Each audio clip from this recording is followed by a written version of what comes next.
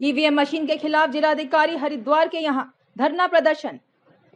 EVM हटाओ, ये आजादी झूठी है, ये आजादी झूठी है, ये आजादी झूठी है।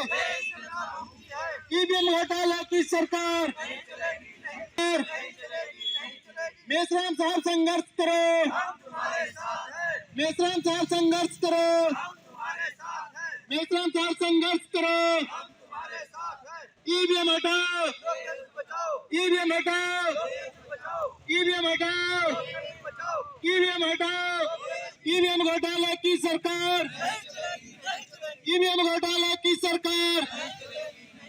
भारत मुक्ति मोर्चा जिंदाबाद, भारत मुक्ति मोर्चा जिंदाबाद।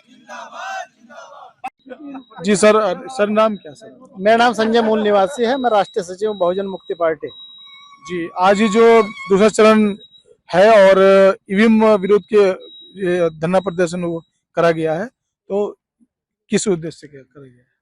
देखिए, हमारे वोट के अधिकार को ये जो ब्राह्मणवादी सरकारें हैं वो छीन रही हैं ईवीएम का घोटाला करके। और ये 8 अक्टूबर 2013 को सुप्रीम कोर्ट के जजमेंट में भी साबित हुआ है, क्योंकि सुप्रीम कोर्ट ने माना है कि ईवीएम मशीन में घोटाला होता है और ये सरकारें जो है ईवीएम में घोटाला करके अपनी सरकार बना रही है। हम लोग जो 85% लोग हैं SC ST OBC और माइनॉरिटीज के लोग, हमारे अधिकारों को अधिकारी वंचित कर रहे हैं।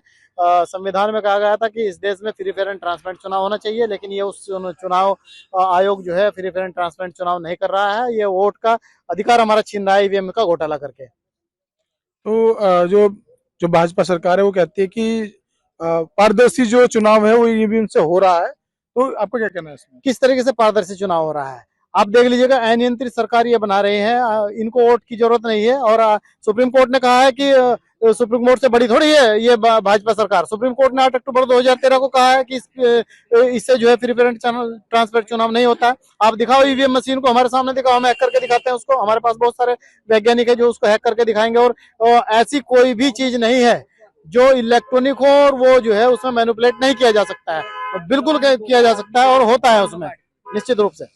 जी, तो हमारे जो बहुजन समाज के लोगों को आपका क्या संदेश है? बहुजन समाज को ये संदेश है कि आप किसी भी संगठन में रहें, उससे कोई फर्क नहीं पड़ता है, लेकिन सबसे पहले आप जो सबसे बड़ा आंदोलन ईवीएम मशीन का आज की डेट में चल रहा है, ईवीएम मशीन को हटवाना है। इस देश में बैलेट पेपर को लाना है। जिस दिन बैलेट पेपर से चुनाव होगा, अपने अपने प्रतिनिधि चुन करके वहां पर जाएंगे विधानसभा में और लोकसभा में, और संविधान के जितने भी अधिकार है उनको बहाल किया जाएगा। और इस देश के SC ST OBC और माइनॉरिटीज के जो मूल निवासी है उनको अधिकार मिलेंगे। ये होगा जब ये ईवीएम मशीन हट जाएगी और बैलेट पेपर से निष्पक्ष चुनाव होगा, तब जाके होगा।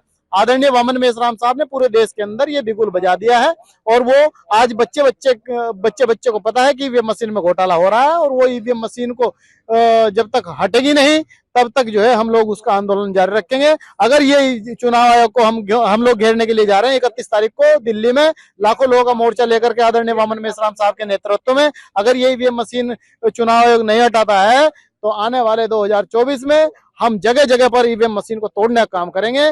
जब हमें आदेश होगा आदरणीय वामन मेश्राम साहब का, हम लोग उस कार्य को करने के लिए तैयार रहेंगे और इस देश में बैलेट पेपर से चुनाव करने के लिए हम लोग आते हैं।